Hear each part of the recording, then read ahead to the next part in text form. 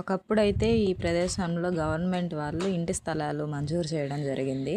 ఇప్పుడైతే అక్కడంతా పిచ్చి చెట్లన్నీ వచ్చేస్తున్నాయి. అక్కడికి వెళ్ళామన్నమాట మొన్న. వెళ్తే అక్కడ ఇంటి నంబర్లు ఎత్తుక్కోవడానికి పురావస్తు శాఖ వాళ్ళు రావాలేమో అనిపించింది.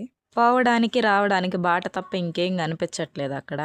అక్కడేమో రాళ్ళు అయితే గుట్టగా వస్తున్నారు. మనం ఎక్కడికి పోయినా పిల్ల చేష్టాలు ముందు వస్తాయి కాబట్టి మనకి అక్కడ పల్లం చాడుకోవడానికి అయితే ఒక 4 రాళ్ళు అయితే ఏరుకున్నాను నేను. అక్కడ పిచ్చి చెట్లతో పాటు ఇంకొక వస్తువు అయితే నాకు కనిపించింది. అవేనండి చీపురు పుల్లలు అయితే బాగా మలిచిపోయి ఉన్నాయి అక్కడ. ఇవైతే పచ్చి చీపుర్లు, వాటిని ఎండబెడితే ఇలా వస్తాయి. మా చిన్నప్పుడైతే మా ఇంట్లో ముసలాళ్ళు కాయలు గినాల మీద అయితే ఇవి కోసుకొచ్చి చీపురు పుల్లలు కట్టేవాళ్ళు. అంతా చూడండి రోడ్లు ఆ వైపు ఈ వైపు అయితే బాగా మేకప్ వేసుకొని ఉన్నాయి.